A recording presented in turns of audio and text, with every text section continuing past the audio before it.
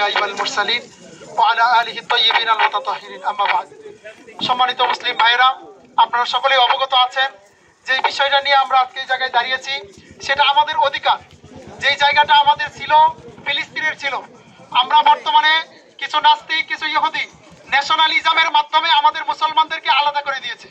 অর্থাৎ আমাদের মুসলমানরা একত্র ছিলাম, আমরা আমাদের রাষ্ট্র ভিত্তিক আমরা আলাদা ছিলাম না।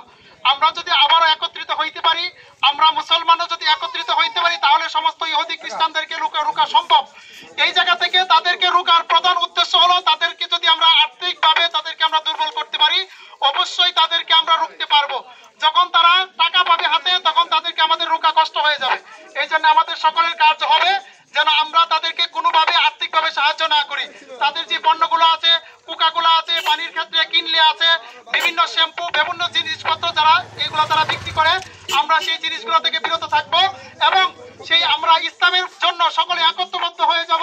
সকল মুসলিম ভাইয়ে কাজ মিলিয়ে ন্যাশনালিজমের মাধ্যমে তারা যেভাবে আমাদেরকে আলাদা করেছে, সেই বিভক্ত না হয়ে তাম পৃথিবীর মুসলমানদেরকে আমরা আহ্বান করব, আমরা এক হয়ে যাব।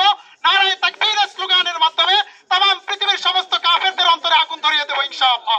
আল্লাহ রাব্বুল আলামিন আমাদের সকলকে একত্রিত হয়ে কাফেরদের অন্তরে আগুন ধরিয়ে দেওয়ার জন্য তৌফিক দান করুন। বলেন